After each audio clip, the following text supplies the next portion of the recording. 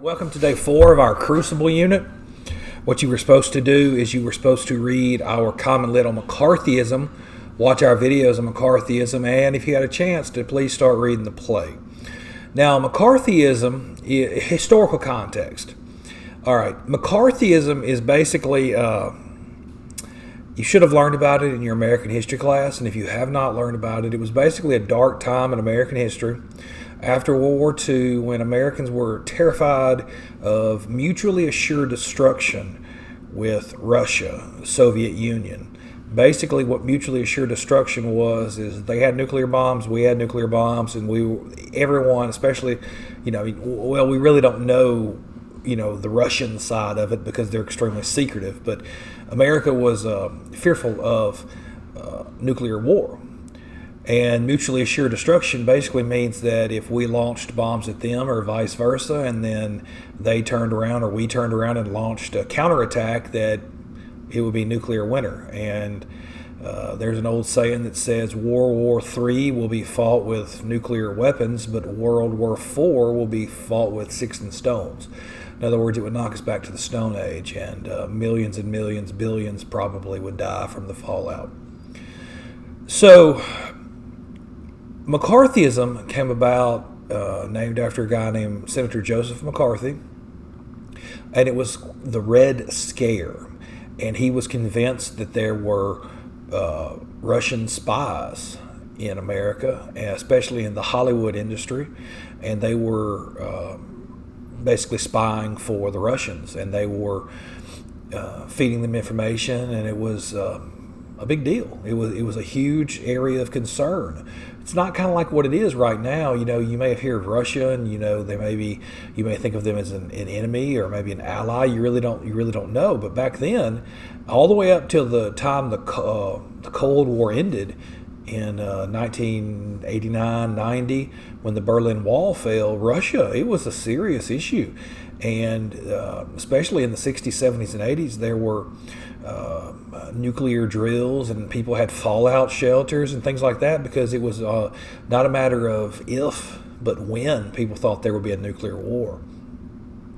And so what McCarthy did was McCarthy went on what's been, history has dubbed it a witch hunt. Now, remember we talked about that term, and you read your common lit on Salem and other witch hunts. It was literally a witch hunt for the Salem witch trials, but it was a figurative witch hunt for McCarthyism. And you hear that term now. The most common way you hear that term now is President Trump says, it's a witch hunt. People are out to get him on a witch hunt. And so McCarthyism is a dark time in American history. It's actually coming to a different kind of light, and I'm not going to get into politics or anything like that, because someone will end up getting their feelings hurt, and I'm not here to take a side. I'm here to just tell you what it was. There's this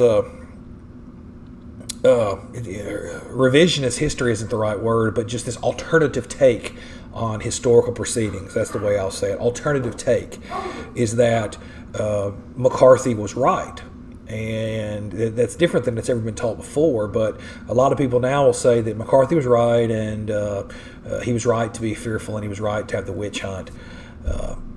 But overall, it is thought of negatively. And even back then, it was met with fanfare, and people got behind it. But then he went a little too far, apparently, and he started questioning military people. And just like now, as it was back then, when you start questioning military people, or men and women in the armed service, that's a pretty rough line. You got to toe that pretty carefully, and he went over it, and people turned against him. And that's what happened. Kind of like with Crucible. You're going to see once we get to the end of it, people have turned against the people that are calling other people witches, and the witch hunters become the hunted almost. All right, so let's go over our questions to McCarthyism.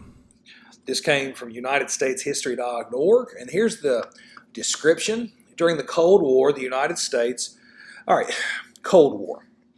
I'm just assuming you know that, but I need to step back. The Cold War was basically this time period between World War II, the end of World War II, especially in the 60s and the 70s, and even in the 80s, but it really was felt in the 60s. between after World War II up till about the year 1990, when we were certain, America and Russia was certain that there was going to be a World War III between Russia and America. It was called the Cold War because there was not actually any fighting. It was just this prolonged conflict, this fear. And then there were other wars that were kind of fought in name. People would talk about Vietnam being kind of like a proxy war between America and Russia. Not going to get into all that, but basically it was this war of fear. There was no bloodshed per se, but it was this war of fear between America and Russia. The United States attempted to contain communism, stop it from spreading to new countries, which caused tension with other communist countries, such as the Soviet Union. This paranoia and growing fear of secret communists led to wild accusations, unfair trials led by Senator Joseph McCarthy that ruined many people's lives.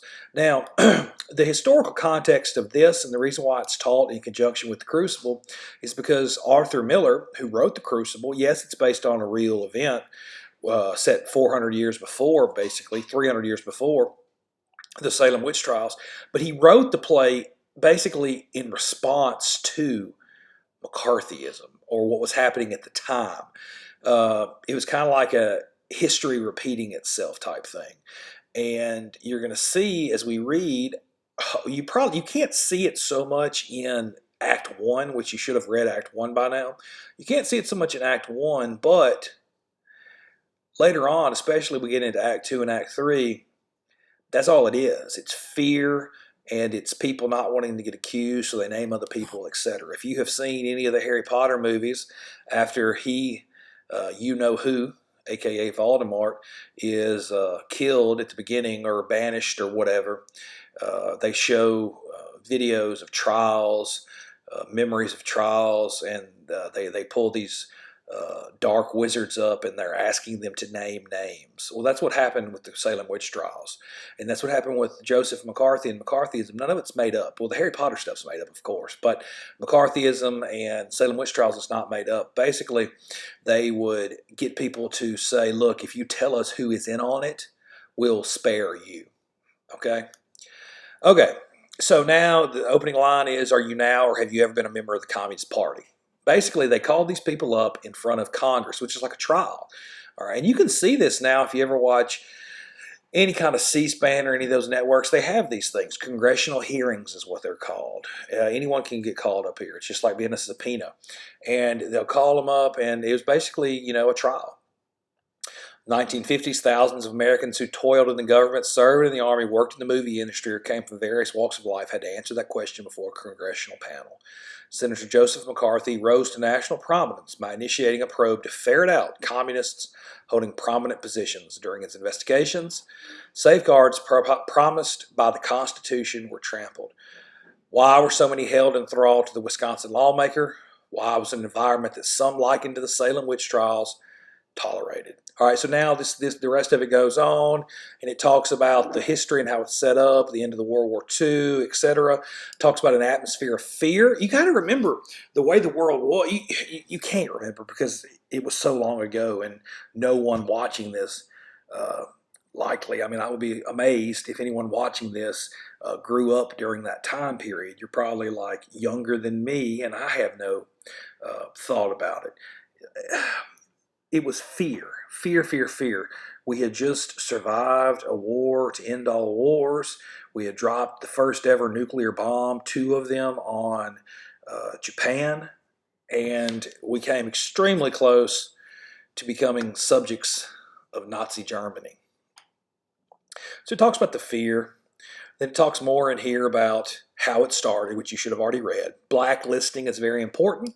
Blacklisting means people that if you did not tell us what we wanted to know or lie about it, whatever, if you didn't give us names, we're going to blacklist you.